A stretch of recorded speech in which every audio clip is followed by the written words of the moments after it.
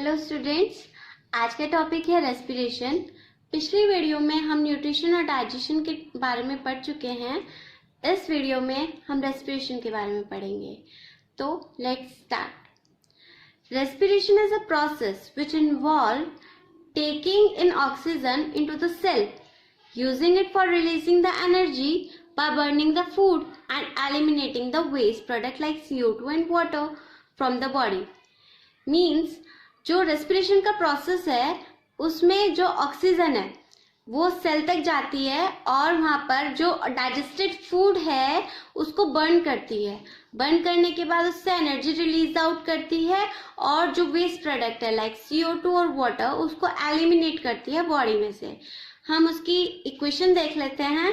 That digested food जो है उसमें ऑक्सीजन आपकी रिएक्ट करती है एंड CO2 और H2O जो है वो क्या है, वेस्ट प्रोडक्ट है जो रिलीज हो जाएंगे और एनर्जी है जो रिलीज हो जाएगी in the form of ATP। Okay, now we can study about the ये जो प्रोसेस है रेस्पिरेशन का जो प्रोसेस है वो सेल के अंदर होता है। बॉडी के अंदर बहुत सारे सेल है, as you know million and trillion cell is present inside the body because cell is a basic unit of life, we can say living organism. तो सेल के अंदर जो सेल ऑर्गेनल होता है माइटोकॉन्ड्रिया, आप 9th क्लास में पढ़ चुके हैं about the mitochondria. Mitochondria is known as the powerhouse of the cell. क्यों कहते हैं उसे पावर हाउस? क्योंकि जो ये रेस्पिरेशन का प्रोसेस है, एनर्जी प्रोडक्शन का प्रोसेस है, ये माइटोकॉन्ड्रिया के अंदर होता है। तो इस वजह से इसे सेलुलर रेस्पिरेशन कहा जाता है क्योंकि ये रेस्पिरेशन सेल के अंदर होता है।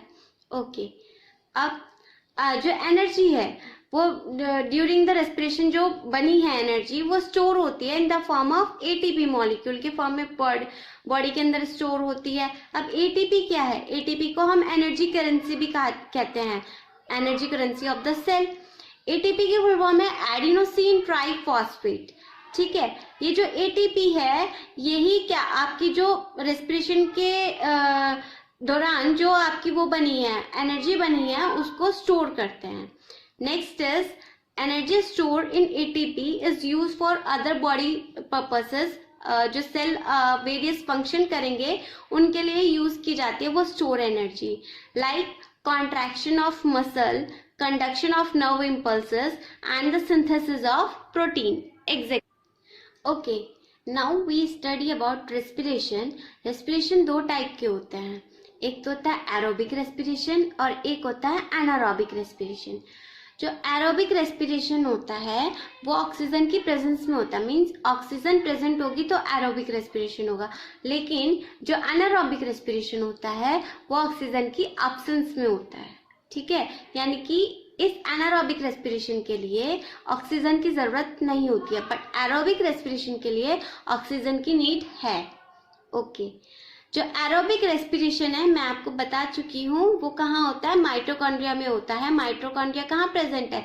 सेल के अंदर एक सेल ऑर्गेनल्स है जिसे powerhouse of the cell भी कहा जाता है। क्यों कहा जाता है? बिकॉज उसके अंदर एनर्जी बनती है। ठीक है, और जो एनारोबिक रेस्पिरेशन है वो साइटोप्लाज्म में होता है। साइटोप्लाज्म क्या होता है? बॉडी के बाहर जो फ्लूइड लाइक स्ट्रक्चर होता है, जो फ्लूइड्स होते हैं बॉडी के सेल के अंदर, जो सेल के बाहर जो फ्लूइड लाइक स्ट्रक्चर है वो क्या होता है? साइटोप्लाज्म होते हैं। ठीक, अब जो एरोबिक रेस्पिरेशन है उसका जो एंड प्रोडक्ट है वो CO2 और H2O है, और एनारोबिक रेस्पिरेशन का जो एंड प्रोडक्ट है वो अल्कोहल और लैक्टिक एसिड है। एरोबिक रेस्पिरेशन में ज़्यादा ATP बनती है, मतलब जो ATP का अमाउंट है वो ज़्यादा रिलीज होता है in the aerobic respiration. About 38 ATP is released during this respiration and about only 2 ATP is released during the anaerobic respiration. Okay, now हम पढ़ते हैं breakdown of glucose by various pathway, यानी कि अलग अलग पाथवे में जो ग्लूकोज है वो किस तरह से टूटता है। As you know the glucose is a food which digested food, we can say C6H12O6 in the cytoplasm. जो ग्लूकोज है वो ब्रेकडाउन हो जाएगा पायरुविक एसिड और एनर्जी में। ठीक है, ग्लूकोज ब्रेक डाउन हो जाएगा पायरुविक एसिड और एनर्जी में। अब जो पायरुविक एसिड है in the absence of oxygen, oxygen की अब्सेंस में वो क्या बनाएगा? इथेनॉल CO2 और energy. Ethanol is a form of alcohol. और हम पढ़ के आ चुके हैं एरोबिक रेस्पिरेशन में, जिसमें ऑक्सीजन की नीड नहीं होती है, उसमें क्या बनता है, अल्कोहल, CO2 और एनर्जी बनती है। अब ये जो प्रोसेस है which the respiration which occur in the absence of oxygen, ये जो प्रोसेस है इसे फर्मेंटेशन कहा जाता है। ठीक है, फर्मेंटेशन क्या होता है, the process of conversion of pyruvic acid into ethanol and CO2 and energy by east के थ्रू। अब मैं आपको एक चीज बताती हूँ कि जो अल्कोहल है, अल्कोहल भी फर्मेंटेशन से बनता है। मतलब जो ग्रेप्स होते हैं, ग्रेप्स को फर्मेंट करके अल्कोहल बनाया जाता है। नेक्स्ट इज जो पायरुविक एसिड है, जब इनसफिशिएंट ऑक्सीजन होगी, या इनसफिशिएंट ऑक्सीजन मीन्स मसल्स में ज्यादातर ये जो रेस्पिरेशन है वो मसल्स में होता है। इसमें क्या, जब इनसफिशिएंट ऑक्सीजन होगी मीन्स ऑक्सीजन तो है बट उतनी नहीं है जितनी की जरूरत है। ठीक है, ये जो इनसफिशिएंट ऑक्सीजन वाला रेस्पिरेशन है ये मसल्स के अंदर होता है। इसमें जो पायरुविक एसिड है वो टूट जाएगा लैक्टिक एसिड में और एनर्जी में, और जो लैक्टिक एसिड है वो मसल्स पे क्या हो जाएगा, एक्यूमुलेट हो जाएगा, यानी कि इकट्ठा हो जाएगा, एक्यूमुलेट हो जाएगा, और क्या कॉज करेगा, मसल फटीग कॉज करेगा। ये जो रेस्पिरेशन है ये होता है किसके बाद, विगरस एक्सरसाइज करने के बाद। जो लैक्टिक एसिड होता है वो आपकी मसल्स पे एक्यूमुलेट हो जाता है, जिसके कारण वहां तक ऑक्सीजन नहीं पहुंच पाती और आपको पेन होता है। नेक्स्ट इज जो पायरुविक एसिड है, एक और तरीके से वो टूटता है अगर ऑक्सीजन प्रेजेंट है। ठीक है, मींस एरोबिक रेस्पिरेशन। अगर ऑक्सीजन प्रेजेंट है तो इसमें क्या होगा, ये ज्यादातर क्या होता है, ये जो रेस्पिरेशन है ये माइटोकॉन्ड्रिया के अंदर होता है। मैं आपको बता चुकी हूँ aerobic respiration occur in the mitochondria. इसमें CO2, water and energy release होती है। जो CO2 और वाटर है वो क्या है, वेस्ट प्रोडक्ट है, और जो एनर्जी है वो यूज होती है, सेल यूज करते हैं अपने फर्दर फंक्शंस के लिए। तो कितनी एनर्जी बताई थी मैंने आपको यहाँ पे, 38 ATP energy formed at the time of aerobic respiration. Okay, now हम पढ़ते हैं respiration in plants. Plants also need oxygen energy and they get this energy by the process of respiration. As we know, the living beings living things also get energy by the process of respiration, and the plant is also the living thing. The respiration in plant differ from animal के case में, animal और plant के case में जो respiration process है वो different है। ठीक है, कैसे डिफरेंट है, क्योंकि जो प्लांट है, प्लांट में जो रेस्पिरेशन है वो इंडिविजुअल होता है। इंडिविजुअल यानी कि स्टेम, रूट एंड लीव्स अलग अलग रेस्पिरेशन करती हैं। But in the case of animal the respiration is a single unit. Example लेते हैं इसमें ह्यूमन बींग्स का। जैसे ह्यूमन बींग है, ह्यूमन बींग में जो रेस्पिरेटरी ऑर्गन है वो है आपका लंग्स। लंग्स क्या है, एक सिंगल है, लंग्स ही आपका रेस्पिरेशन करेगा पूरी बॉडी के लिए। ओके, नेक्स्ट आपका डिफरेंस है between the respiration of plant and animal is कि प्लांट के रेस्पिरेशन के टाइम पे सिर्फ क्या होता है, जो रेस्पिरेटरी गैसेस होता है उसका लिटिल ट्रांसपोर्ट होता है। लिटिल ट्रांसपोर्ट मीन्स एक पार्ट से दूसरे पार्ट तक, मतलब थोड़े ही डिस्टेंस तक जो ऑक्सीजन है या रेस्पिरेटरी गैसेस है वो ट्रांसफर हो सकती हैं। But in the case of animal there is a long distance transport of respiratory gases occur.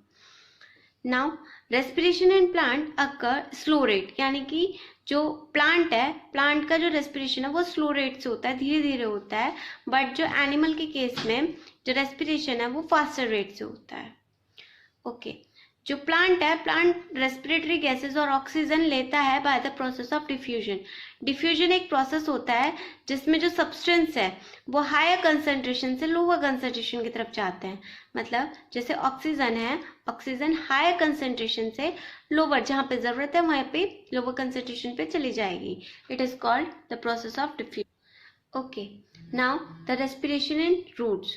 Roots के केस में रेस्पिरेशन कैसे होता है, रूट ऑफ प्लांट ऑक्सीजन लेगी बाय द एयर। वो एयर कहाँ पे प्रेजेंट है, सोयल पार्टिकल के बीच में। ठीक है, और रूट के ऊपर हेयर लाइक प्रोजेक्शन होते हैं, that is called a root hair. वो रूट हेयर में क्या लेंगे, एयर लेंगे, कहाँ से, सोयल से, सोयल के पार्टिकल के बीच में है जो। ठीक है, नेक्स्ट इज कि अगर जो प्लांट होता है अगर वो सबमर्ज्ड रहे, ठीक है, नोट है ये, अगर वो बहुत एक कंसिडरेबल टाइम के लिए सबमर्ज रहे पानी के अंदर, तो वो जो एयर सॉइल पार्टिकल के बीच में जो एयर है वो एक्सपेल्ड आउट कर देगा वो वाटर, जिसके कारण उसके अंदर एरोबिक रेस्पिरेशन होता है जो वो नहीं हो पाएगा। इसलिए जो प्लांट है, प्लांट को एनारोबिक रेस्पिरेशन करना पड़ेगा। एनारोबिक रेस्पिरेशन करते हुए जो एज यू नो, मैंने आपको ऊपर बताया कि एनारोबिक रेस्पिरेशन में जो एंड प्रोडक्ट होता है वो होता है अल्कोहल, CO2। तो अल्कोहल बनेगा, अल्कोहल क्या होगा, उस अल्कोहल से वो जो प्लांट है वो मर जाएगा। ओके, नाउ हम पढ़ते हैं रेस्पिरेशन इन स्टेम्स। स्टेम्स आपकी 2 टाइप्स की होती हैं, जैसे हर्बेशियस प्लांट की स्टेम होती हैं और एक वुडी स्टेम्स होती हैं, हार्ड वुडी स्टेम्स। जो हर्बेशियस प्लांट की स्टेम्स होती हैं वो हर्ब्स जिन्हें कह सकते हैं, वो ग्रीन कलर की होती हैं। As example is grass. तो उनमें क्या होता है, वो ग्रीन कलर की होती है, तो उनमें क्या प्रेजेंट होता है, स्टोमेटा होता है। तो exchange of respiratory gas in the stem, in the herbaceous plant stem occur through the stomata. Okay, but in the case of hard and woody stem, big trees में जो हार्ड एंड वुडी स्टेम्स हैं उनमें stomata नहीं होता है। तो उन woody stems में क्या प्रेजेंट होता है, उनकी बार्क पे पोर्स लाइक स्ट्रक्चर होते हैं, that is called the lenticels. उन लेंटिकल से गैसेस एक्सचेंज होता है। बार्क क्या होती है, outer covering of the stem. Stem की जो आउटर कवरिंग होती है उसे बार्क कहते हैं, जैसे हिंदी में कहते हैं छाल।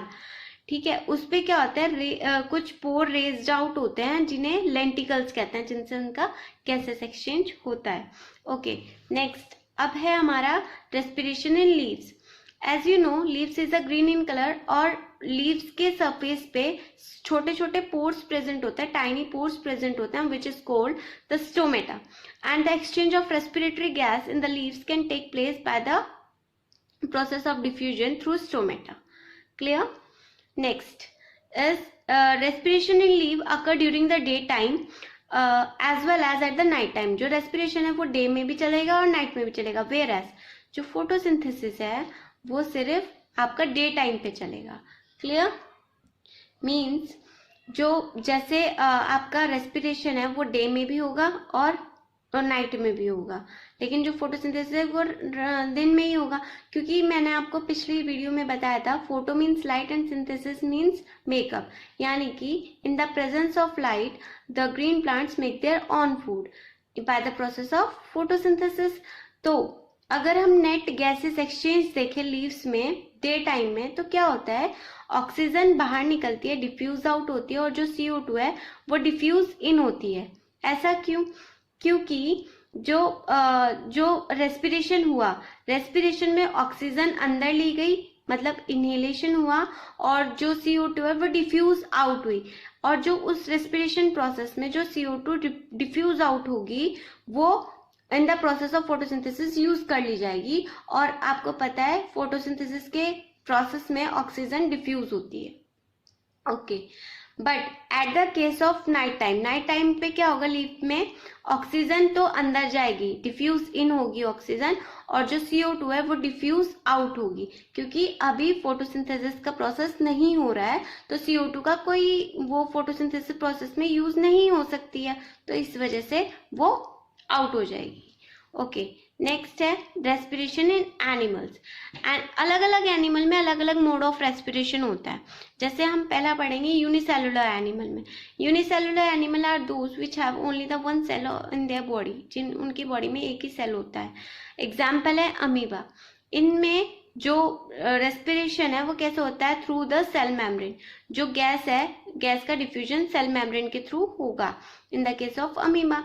And in the case of terrestrial organism are those which are live on the land, जो लैंड पे रहते हैं उन्हें terrestrial organism कहते हैं। Example humans. ह्यूमन में जो रेस्पिरेटरी ऑर्गन है that is lungs. Okay, now in the case of aquatic organism are those which live in the water. Example fish. In the case of aquatic organism, the respiratory system या respiratory organ is gills. And next is in the case of insect like grasshopper and cockroaches, the respiratory organ is trachea. Hello, now we can study about the human respiratory system. Human respiratory system में passage कैसे होता है, nostril से nasal passage, nasal passage से nasal cavity, फिर pharynx, लैरिंग्स, trachea, bronchi, lungs, bronchioles, alveoli and last is in blood capillaries. Clear? Here the larynx is called the windpipe and the trachea is called the voice box. Clear? Now अब हम इसे थोड़ा diagram के through समझ लेते हैं. Here is a nose.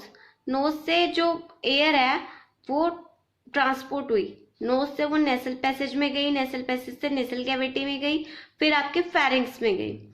ठीक है, फेरिंग्स से लैरिंग्स में गई, लैरिंग्स is called the wind pipe and लैरिंग्स से वो गई ट्रैकिया में, trachea is called the voice box.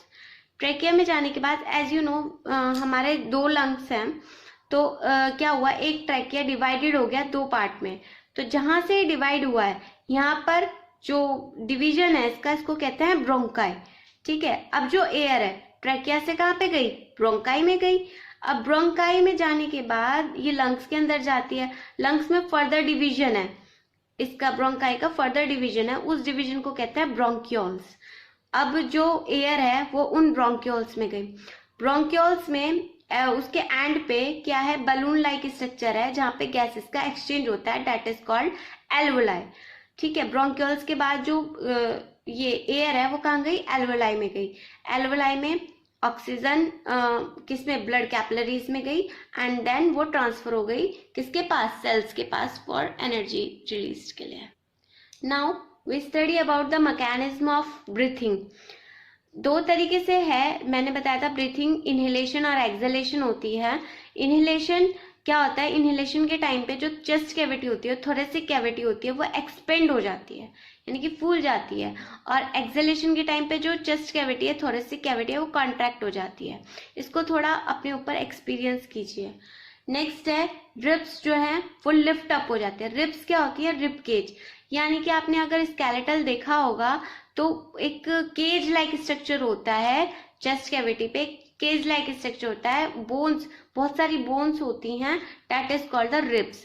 तो अब क्या, वो हमारे जो कुछ ऑर्गन्स होते हैं जो बहुत सॉफ्ट होते हैं, तो वो क्या होते हैं, एक प्रोटेक्टिव लेयर के अंदर होते हैं. तो रिब्स जो हैं वो लंग्स को प्रोटेक्शन प्रोवाइड करती है बाय द शॉक.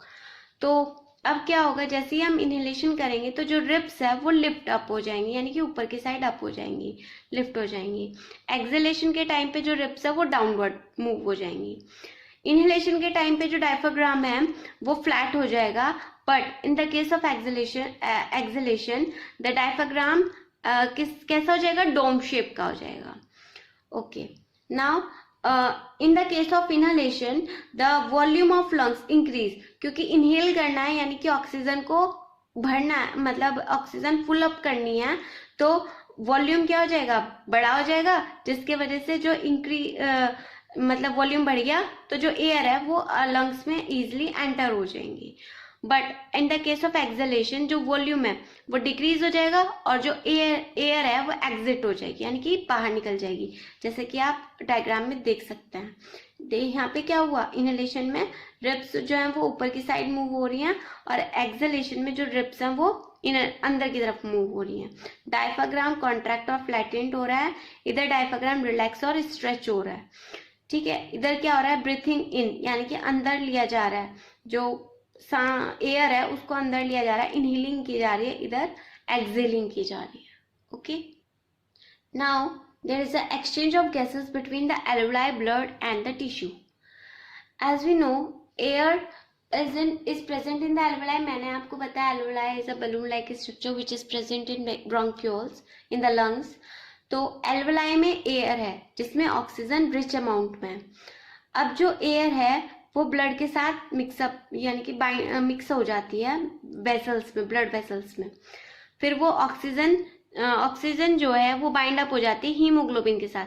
हीमोग्लोबिन क्या होता है, रेड कलर का पिगमेंट होता है जो कहाँ पे प्रेजेंट होता है, आरबीसी में प्रेजेंट होता है. आरबीसी यानी कि रेड ब्लड सेल में प्रेजेंट होता है. रेड ब्लड सेल का कलर रेड क्यों होता है, because of the presence of haemoglobin.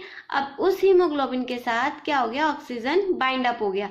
Haemoglobin का काम क्या होता है, सिर्फ ऑक्सीजन और कार्बन डाइऑक्साइड यानी कि रेस्पिरेटरी गैसेस को ट्रांसपोर्ट करने का काम होता है.